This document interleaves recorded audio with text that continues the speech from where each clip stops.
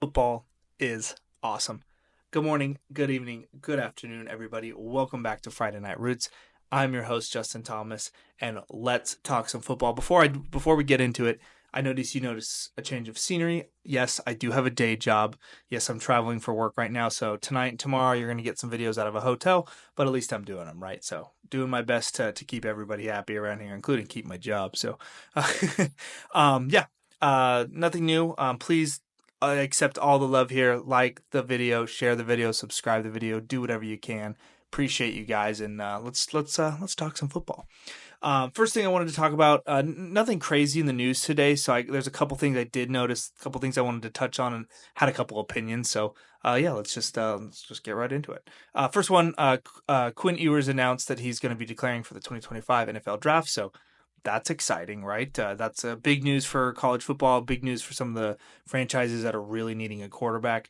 And Quinn Ewers is making a big step, I think, making that decision just because he's going to forego some eligibility. He's also a little young. He turns 22 in March of 2025, so young guy. And that's not necessarily a bad thing. There's a couple young quarterbacks in the NFL who've really thrived, like C.J. Stroud. So who knows? Maybe it's not too early. I'm not going to be the judge of that. And Quinn Ewers, up to this point, has had a pretty good career. His first 2 years, I think his second year was probably his best, but he's had a couple really good years. He started for the Longhorns for 3 seasons.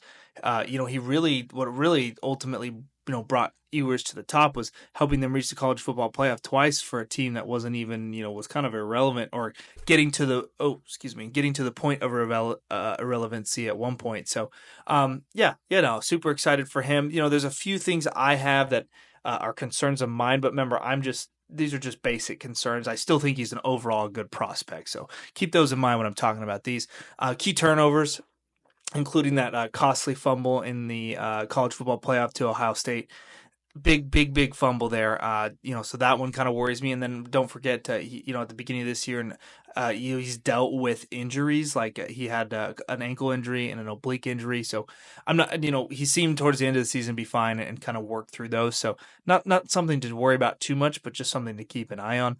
And the exciting part, his incumbent Archie Manning is going to be taking over for Texas. So I know all college football fans are excited for that, to kind of see how that goes and kind of how that experiment works itself out. But super excited for that. I think Quinn Ewers started originally at Ohio State, transferring from in 2021 to Texas. And then Texas is really the school that developed him into that NFL prospect. It wasn't Ohio State. I'm sure Ohio State had something to do with it and gave him good, let's say, stepping stones, a good foundation. But Texas is the one that really brought him into the light, and not only that, he's the one that brought Texas back into the light. So once again, I don't think he's a bad prospect. Those are just some of the negatives, but we can highlight some of the positives now. He's got 64.9% completion rating, 9,100 yards, 68 touchdowns, 24 interceptions in 36 games. And 36 games isn't a small amount. He's not like Bo Nix. He's not coming out of college with 60 starts or whatever it was, or something crazy. But no, he's still got a lot of experience, still more than experience than some of these Alabama quarterbacks that play for a year and then get drafted, number 3 overall. It's ridiculous. But still good stats. Sometimes he has inconsistent plays, but man, does he have a strong arm. He's got big playability and he's got the ability to improvise really well, and I think that'll suit him. I think that'll suit him well. Sometimes he turns into an oaf when it comes to his improvising skills, but I think he's been pretty good for the most part. So to me, Quinn Ewers, some people describe him as a little more mobile than I think he is. I just don't think he's a true scrambler. Sorry if you disagree, let me know in the comments, but I just don't think he's a true scrambler. I think his footwork needs work. But he also, of course, has a ton of potential to improve in the pros. His footwork kind of reminds me of Sam Darnold's, and that's scary. He kind of has that wider, squatted base that makes you feel like he's gonna just fucking sit there. But other than that, I'm just being harsh at this point. I think he's definitely gonna boost the 2025 draft class, which is definitely weaker compared to 2024, and I mean a lot weaker. But on the running back side, it's huge. So anyway, enough about Quinn. Congratulations to him. It'll be exciting to see what team he ends up just because so many teams need quarterbacks. So let's move on. I saw this story in the media and it kind of bothered me, but let's talk about it.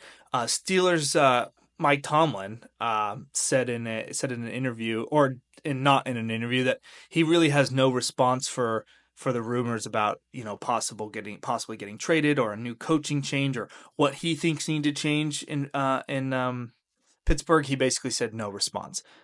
Listen, I don't I know I know Mike Tomlin is kind of one of those guys who's kind of had that personality of just kind of telling the media to shove it, which don't totally hate that. I mean, I would too if I was probably in his position, but at the same time, I just feel like after that game, and how they played, and kind of the latter half of the year for the Steelers, I just feel like it's kind of a chicken shit thing to do. At some point, you got to talk about it, right? And maybe he still needs time, but I don't know, man. At that, you really, guys, they really sucked down the latter half, and as a head coach, you're responsible for that ultimately.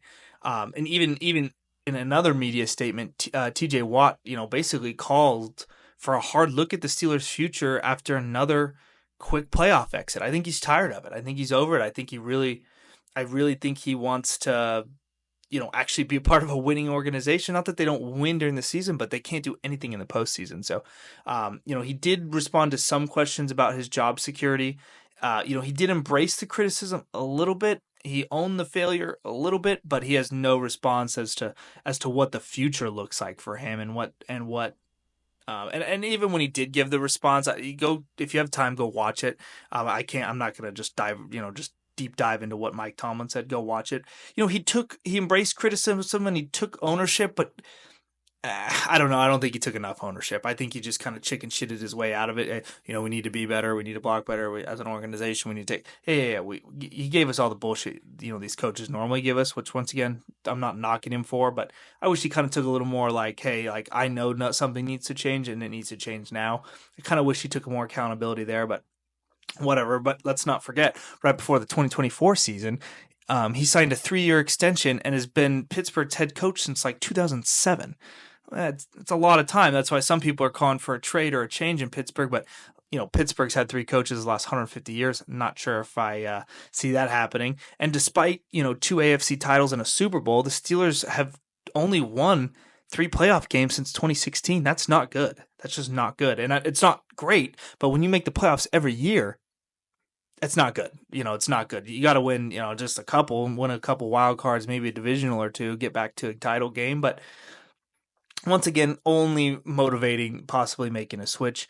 And for obvious reasons, the fans are frustrated. And if I was a Steelers fan, I'd be frustrated by the team's potential. It just kind of fizzles right at the end towards the postseason. And I know Tomlin acknowledges this frustration, but I just feel like there hasn't been enough hey, maybe I need to change. Maybe I need to switch. Maybe I need a new new place to look out the window. And I'm not saying that that's going to happen or that that's what I think they should do. I'm kind of in the middle on it. I don't know Tom. I'd have to be obviously inside the building and closer, but I don't know Tomlin like that, so it's hard for me to talk about that. But Tomlin always stresses urgency and adaptation in response to consistent, playoff misses. But I just don't think that's doing enough. Sorry, Tomlin. Like, you can explain to me all the coaches in the NFL can explain why they suck and how their team didn't play to the best of their potential. But own it, right? The Steelers' issues towards this season, the 5-game losing streak, Russell Wilson struggles. I think Arthur Smith had a great year, so I don't want to just throw a bunch of shit at him, but I think he had a great year, and I think Arthur Smith is a really good coach. I just think like the questionable play calling this last game, the leaky defense lately. I mean, 299 rushing yards allowed to the Ravens.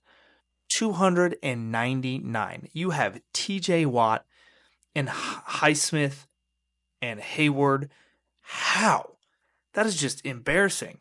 Oh my gosh, if anyone came to me and said, hey, if your team allowed 299 yards rushing with TJ Watt, would you be okay with it? Fuck no, that's crazy. And that is where I'm bringing the kind of the hammer down on Tomlin, right? Come on, David. For being a defensive guy, embarrassing. I just think he really just deflects all the calls for his job, and he did that last year. Last year, he just walked out, of a press conference. It was like later, and then ended up getting an extension 2 days later and coming back and be like, "Hey, sorry, I left." I just think he argues a lot about how his experience and ability to adapt are assets, but I think he just needs to adapt more, frankly. So just not doing enough for me. Despite recent struggles, I know he's a great leader. I know his ability to manage adversity is a huge strength, and I know he's like a smash mouth football guy, which we love. I just think it's just not enough right now. And maybe a change wouldn't hurt. Let me know what you guys think. I just don't think it's the place for him. I think let's do a fresh start. The question for 2025 for Tomlin is, can he silence the growing doubts, and can he ultimately get this franchise back on track? That's what the future really comes down to. I think obviously he'll get another shot, but if 2025 takes a dip, who knows what could happen. So anyway, enough on Tomlin. We're gonna finish it out today. I read something that made me really excited because I'm such a big fan. But Sean Payton on Bo Nix. I didn't really know a whole lot about Bo Nix until like probably 2 years ago when he started shredding defenses at Oregon. But Sean Payton today talked about Bo Nix, and he mentioned that he believes that they found their franchise quarterback, which I also agree. I think Bo Nix is, just the amount of games he's played, the amount of experience he has, he's crushing it right now. And then not only that, there's an article came out that said he was playing through multiple back injuries. What a man, and that's just tough football, and we love to see it. So, and I know the GM. And I think his name is George Patton, and then the owner Greg Penner. They all three of them have expressed such confidence in Bo Nix's future. So it looks like hopefully Denver has got that guy. And like I said, I love him. I don't think he's a check down. I think his deep ball is beautiful, despite what some people say. I think he's got a beautiful deep ball, and way more beautiful than people are giving him credit for. So, I think. And I think they quoted Sean Payton saying, we have that franchise QB, so we just keep the building. So as long as, Sean Payton stays there, I think they have such a great future. This season, 66% completion percentage, 29 touchdowns, 12 interceptions, 3,700 yards, and 430 rushing yards, 4 rushing touchdowns. His 34 offensive touchdowns were the third most by any rookie in NFL history. Just absolutely crushing it. I love the way he sits in the pocket. He's quick on his feet. He's tall. He's got a pretty quick motion when it comes to his throwing ability. So I love that. I think ultimately Sean Payton's extremely encouraged by Bo Nix's work ethic and leadership. I believe I believe Payton believes Bo can lead this team to success. And I know Penner, raises Nix for staying calm in big moments, his mental sharpness, and his dedication to just getting better. What's cool about Bo Nix at this point is that, his rookie contract allows the flexibility for the Broncos in the salary cap. They can make huge moves in free agency, huge moves. And let's not forget that, ultimately all season they were playing with that cap space number just hanging over their head all season, and they still made the playoffs, and they still looked really, really good. So imagine what happens when the GM and Sean Payton get to spend a little money, surround Bo Nix, maybe a little bit better O-line, maybe some tackles, maybe a few more weapons on the outside, maybe a running back or two, and this team could thrive. So I'm super excited to see kind of what the Broncos bring to an already hard division, the AFC West. So with the Chargers, Chiefs, and Raiders, the Raiders are kind of just irrelevant at this point. But the Broncos' focus, I think, in this upcoming year is improvement and just building that supporting cast, like I just mentioned, I really wanted to end it with a quote that Sean Payton said. He said, "We have found a young nucleus and a great QB to build around," and that's just got to make Bo Nix elated to hear. Sean Payton knows winning. He knows losing too, don't get me wrong, but he knows winning, and he's a good football coach. So super excited to see what that brings. That kind of covers it for today. I know there wasn't too much going on around the NFL. I know the Bears conducted an interview with Mike McCarthy, so I didn't really have too much information on that to talk about. But there'll be another video tomorrow, and then as we get closer to this weekend, don't forget I'll be previewing all the playoff games coming up this weekend. So super excited. Like the video, share the video, subscribe. As always, let's talk some football. Later. Love ya.